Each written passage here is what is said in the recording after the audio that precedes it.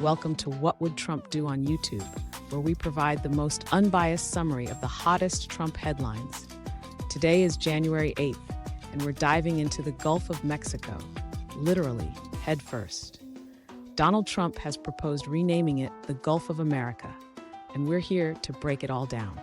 Before we start, don't forget to like, subscribe, and always let us know what you think in the comments. Let's jump in. President-elect Donald Trump has done it again, folks. Another headline-grabbing statement that has everyone talking.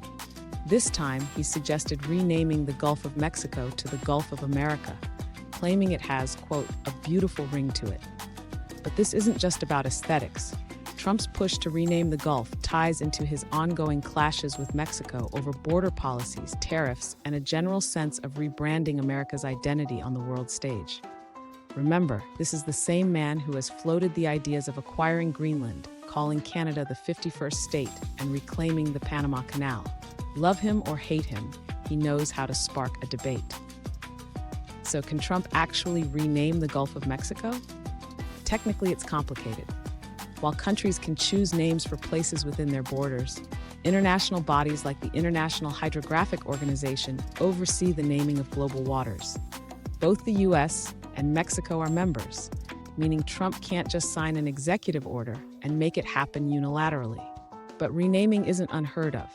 In 2015, President Obama approved changing Mount McKinley's name to Denali, honoring Native American heritage. Trump has even criticized that decision, suggesting he'd reverse it. And let's not forget the infamous rebranding of the Sea of Japan, which South Korea and others contest to this day. Closer to home, the idea of renaming the Gulf of Mexico isn't new. In 2012, a Mississippi legislator jokingly proposed calling the state's coastal waters the Gulf of America. Even comedian Stephen Colbert quipped about it after the Deepwater Horizon spill, saying, "We broke it, we bought it." So Trump's suggestion is bold, but not entirely out of left field. Trump's rationale goes beyond national pride. The Gulf of Mexico has long been a symbolic and economic asset to the U.S.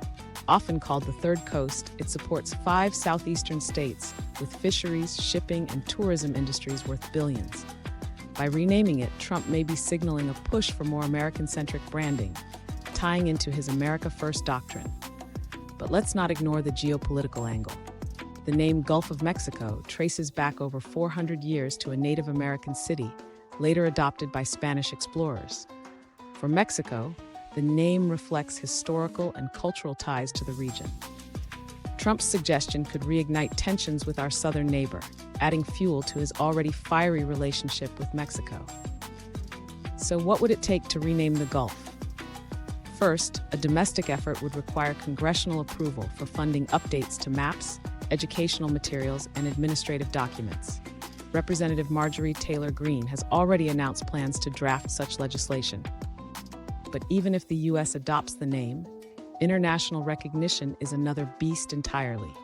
The International Hydrographic Organization would need to approve the change, and given the historical significance and shared use of the Gulf, Mexico would likely push back hard. Unsurprisingly, Trump's proposal has drawn sharp reactions from all sides. Supporters argue it's a patriotic move that reinforces American dominance. One proponent tweeted, "Finally, we're putting America's name on what's ours." Critics, however, call it performative and potentially inflammatory. Some warn it could harm U.S. Mexico relations, while others view it as a distraction from pressing issues like the economy or healthcare. International observers are likely shaking their heads, recalling similar disputes like the Persian Gulf versus Arabian Gulf debate. Whether or not the name changes, Trump's proposal raises larger questions. Is this about rebranding America's identity, or is it a symbolic jab at Mexico? Either way, it reinforces Trump's tendency to think big and challenge norms for better or worse. As for feasibility, the odds are slim. Changing a name like this would require years of diplomatic wrangling and significant funding. But as we've seen with Trump before, the spectacle itself often serves his purpose, sparking debate, rallying supporters, and keeping his name in the headlines. So what do you think? Is renaming the Gulf of Mexico to the Gulf of America a bold move or a needless provocation? Could this be a turning point in U.S. Mexico relations, or just another headline-grabbing stunt? Let us know your thoughts in the comments below. Thanks for tuning in to What Would Trump Do? Don't forget to like, subscribe, and hit that notification bell.